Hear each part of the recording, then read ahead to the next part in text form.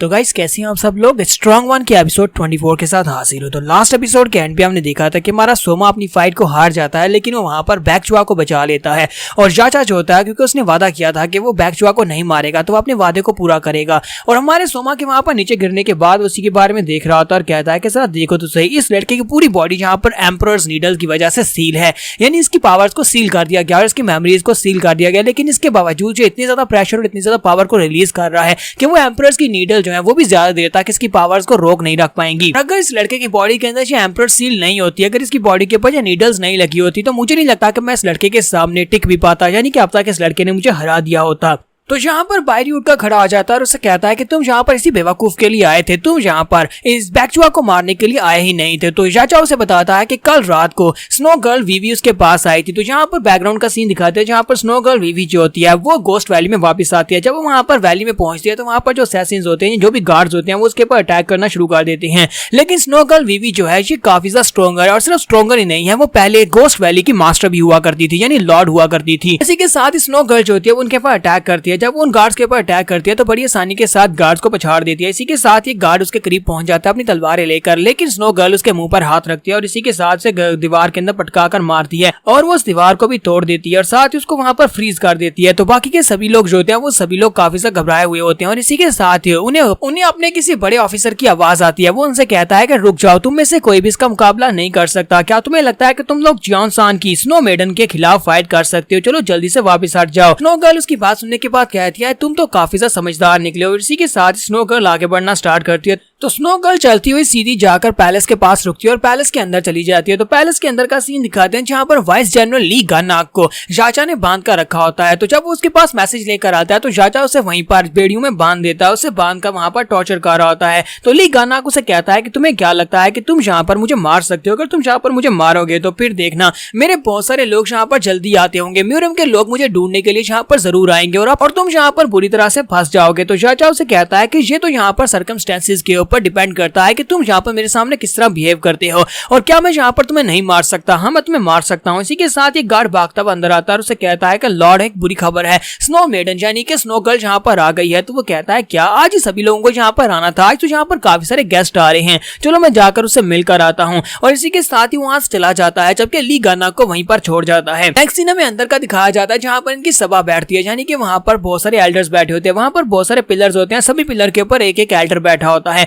जबकि वहां पर नीचे एक बंदा खड़ा होता है जो कि पूरी तरह से पट्टियों में लिपटा होता है, बिल्कुल मम्मी की तरह। ये जो बंदा होता है ये मारियन फोर्ट्रेस से आया होता है। मारियन फोर्ट्रेस का इसका नाम जी गुई होता है और ये 10th रैंक का रिप्रेजेंटेटिव होता है, जहाँ पर मैसेज लेकर आया होता है मारियन फोर्ट्रेस की तरफ से। चाचा अपनी कुर्सी के पास आता है और कहता है कि जरा देखो तो सही यहाँ पर कौन वापस आया है, तुमने यहाँ पर इस पोजीशन को छोड़ दिया था और अब यहाँ पर दोबारा से तुम हमारे पास क्या करने के लिए आई हो? तो स्नो मेडन उसे कहती है कि तुम्हें क्या लगता है कि मैं यहाँ पर इस जगह को छोड़कर चली गई तो मैं इस जगह से मेरा ताल्लुक खत्म हो गया? ऐसा तो बिल्कुल भी नहीं हो सकता, जो चीज मेरी थी वो मैं वापस लेने के लिए आई हूँ। तो स्नो गर्ल आगे बढ़ती है और जाकर एक बाले के ऊपर हाथ लगाती है और इसी के साथ ही वो चाचा से कहती है कि तुम्हें यहाँ पर घबराने की जरूरत नहीं है, मैं यहाँ पर अपनी उस पोजीशन को वापस लेने के लिए नहीं आई जिस पोजीशन के ऊपर तुम बैठे हुए हो। मैं यहाँ पर तुम्हारी मदद करने के लिए आई हूँ। मुझे ये बात अच्छी तरह से पता है कि मारियन फोर्ट्रेस और म्यूरियम यूनियन दोनों के दरमियान में एक वार छिड़ने वाली है, और इस वार से होगा क्या? सबसे बड़ा इंपैक्ट तो गोस्ट वैली के ऊपर पड़ने वाला है, क्योंकि मारियन फोर्ट्रेस से अगर आगे बढ़े और दूसरी तरफ से म्यूरियम यूनियन से आगे बढ़े तो सेंटर में यहाँ पर गोस्ट वैली आता है, और गोस्ट वैली अगर यहाँ पर दोनों में से किसी एक का साथ देता है तब भी वहां पर नुकसान झेलेगा, और अगर किसी का साथ नहीं भी देता तब भी इसे नुकसान होने वाला है। अगर तुम यहाँ पर इस मसले को इसी तरह सोचते रहे कि तुम लोग यहाँ पर सेफ हो, तो मुझे लगता है कि तुम लोग यहाँ पर डिस्ट्रॉय होने वाले हो, पूरे का पूरा गोस्ट वैली ही डिस्ट्रॉय हो जाएगा और तुम लोग यहाँ पर कुछ भी नहीं बचा पाओगे। और जी गुई जी भी वहां पर यही सोच रहा होता है कि ये लड़की यहाँ पर आकर मेरा काम बिगाड़ रही है, मैं यहाँ पर मैसेज डिलीवर करने के लिए आया था। तो चाचा उसे कहता है कि तुम्हारा सुझाव क्या है? तो वो उसे कहती है कि मेरा सुझाव ये है कि मैं यहाँ पर तुम्हारा साथ दे सकती हूँ, मैं यहाँ पर इस वैली को बचाने में तुम्हारी मदद कर सकती हूँ और यहाँ पर हम लोग इस प्रॉब्लम से मिलकर निपट सकते हैं। तो चाचा उसे कहता है तो बताओ फिर हम लोग यहाँ पर कैसे प्रोसीड करेंगे, लेकिन तुम्हें यहाँ पर पहले एक पोजीशन चाहिए होगी। तो वो कहती है हाँ ये बात तो तुमने वाकई में सच कही, लेकिन अब जबकि हम लोग यहाँ पर मैटर को डिस्कस करने वाले हैं तो उसके लिए मुझे एक पोजीशन तो चाहिए, मुझे एक सीट चाहिए जिसके ऊपर मैं बैठ सकूं। ठीक है, साथ ही वो वहाँ पर साइड के ऊपर इशारा करती है। इशारा करने के साथ ही वो अपनी स्ट्रिंग को यूज करते हुए बाला जिसके ऊपर उसने हाथ लगाया था उसको सामने की तरफ फेंक देती है। उस कुर्सी के ऊपर जो लॉर्ड बैठा होता है वो बाला सीधा उड़ता हुआ उसकी तरफ जाता है। तो वो लॉर्ड उस बाले को अपने हाथ में पकड़ लेता है और उससे कहता है कि स्नो मेडन, तुम्हें क्या लगता है कि तुम इतनी आसानी के साथ यहाँ पर आओगी और मेरी पोजीशन को ले लोगी? वो जंप करते हुए नीचे उतर आता है और कहता है, हमारा नाम तो हम सभी लोग भूल चुके हैं, कभी तुम यहाँ पर गोस्ट वैली की लॉर्ड हुआ करती थी, लेकिन अब तुम यहाँ की लॉर्ड नहीं रही, तुमने इस्तीफा दे दिया और तुम यहाँ से चली गई बिना बताए। अब यहाँ पर तुम्हारी कोई भी जगह नहीं है। ये एल्डर जो कि ऊपर से नीचे उतरा होता है, इसका नाम टामरांग होता है। तो टामरांग यहाँ पर स्नो मेडन से गलत बात कर देता है। वो उसे कहता है कि अगर तुम यहाँ पर सीट ढूंढ रही हो तो तुम्हें सीट तो नहीं मिलेगी, लेकिन अगर तुम चाहो तो तुम्हें मेरे बिस्तर के ऊपर जगह मिल सकती है, जहाँ पर तुम्हें काफी ज्यादा सुकून भी मिलेगा। तो स्नो मेडन जो होती है, यानी कि हमारी स्नो गर्ल जो होती है, वो उसे कहती है, हाँ ये बात तो ठीक है कि अगर मैं यहाँ पर पास में होती तब मैं यहाँ पर तुम्हारे लोगों से मुकाबला नहीं कर सकती। टामरांग के वंशज जो थे वो काफी ज्यादा पावरफुल थे, लेकिन उसके डिसेंडेंट्स जो है ये बहुत ज्यादा कमजोर हैं और साथ ही वो उसके ऊपर अटैक करती है। सिर्फ एक ही अटैक के साथ वो टामरांग को वहां पर मार डालती है। उसे कहती है कि तुम बस मेरे सामने एक छोटे से बच्चे हो और तुम्हें क्या लगा था कि तुम मेरे सामने आकर इस तरह की बातें कर सकते हो। और बाकी के सभी एल्डर्स से देखने के बाद काफी ज्यादा हैरान होते हैं कि इसकी हिम्मत तो देखो, इसने यहाँ पर आकर हमारे कैरेक्टर टामरांग को मार डाला, सभी लोगों के सामने इसने यहाँ पर एल्डर को मार दिया। इसका मतलब यह है कि इसके पास अभी भी वैसी पावर्स है जैसी पहले हुआ करती थी जब ये हमारी लॉर्ड हुआ करती थी।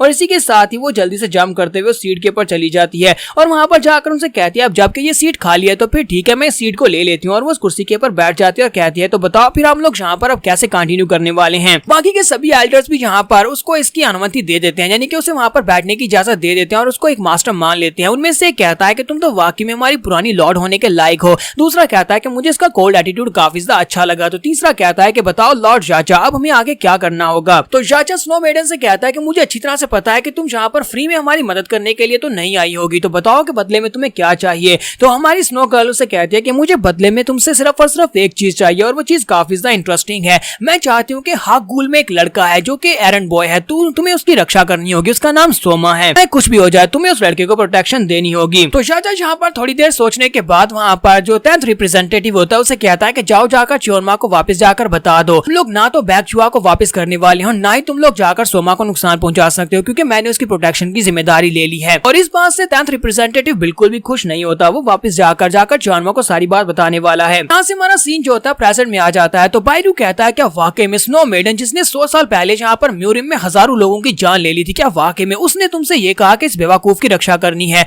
तो वो कहता, हाँ उसी ने मुझसे ये कहा था। उस तरह से कैलिबर की एक औरत, यानी कि वो बहुत ज्यादा स्ट्रॉन्गर औरत है, उस औरत ने मुझसे सिर्फ और सिर्फ एक छोटी सी रिक्वेस्ट की कि मुझे इस लड़के को प्रोटेक्ट करना है, तो इसीलिए मैं यहाँ पर चला है देखने के लिए क्या ये लड़का वाकई में प्रोटेक्शन के लायक भी है या नहीं। इसी के साथ ही सोमा फिर से उठकर खड़ा हो जाता है और कहता है, तो फिर यहाँ पर तुम्हें क्या लगा, क्या वाकई में इस लायक हूँ या नहीं? तो वो दोनों इस बात से और भी हैरान होते हैं कि ये बेवकूफ फिर से यहाँ पर कैसे उठकर खड़ा हो गया। तुम्हारा सोमा वहाँ पर बैठा होता है और उसे कहता है कि बताओ यहाँ पर क्या तुम्हारी क्यूरियोसिटी मिटी या नहीं, या फिर तुम्हें मुझसे और ज्यादा फाइट करनी है? तो बायरू कहता है कि मुझे समझ नहीं आती कि आयशा किस किस्म का मॉन्स्टर है। थोड़ी देर पहले यहाँ पर चाचा के मार खाने के बाद बेहोश पड़ा था, लेकिन अब दोबारा से उठकर बैठ गया है। और चाचा भी यहाँ पर यही सोच रहा होता है कि इस लड़के की एनर्जी इतनी तेजी के साथ रिकवर कैसे होती है। थोड़ी देर पहले इसकी सारी की सारी एनर्जी वेस्ट हो गई थी, लेकिन अब इसके पास दोबारा पूरी एनर्जी आ चुकी है। सोमा आगे बढ़ता है और उसे कहता है, क्या तुम यहाँ पर मुझे जवाब दोगे या नहीं? तो चाचा उसे कहता है कि फिर किसी दिन तुम्हें तुम्हारे सवाल का जवाब मिल जाएगा और हम लोग आज की फाइट को आज यहीं पर खत्म करते हैं। तुम्हारा सोमा उसे कहता है, नहीं मैं अभी भी फाइट कर सकता हूँ, तुम्हें यहाँ से जाने की जरूरत नहीं है, चलो यहाँ पर इसको खत्म करते हैं। लेकिन वो कहता है, नहीं मुझे यहाँ पर अब तुमसे और ज्यादा फाइट नहीं करनी। और साथ ही वो बायरू से कहता है कि अगर तुम अपने दोस्त के लिए यानी ली गाना के लिए परेशान हो तो वो हमें गोस्ट वैली में मिल जाएगा,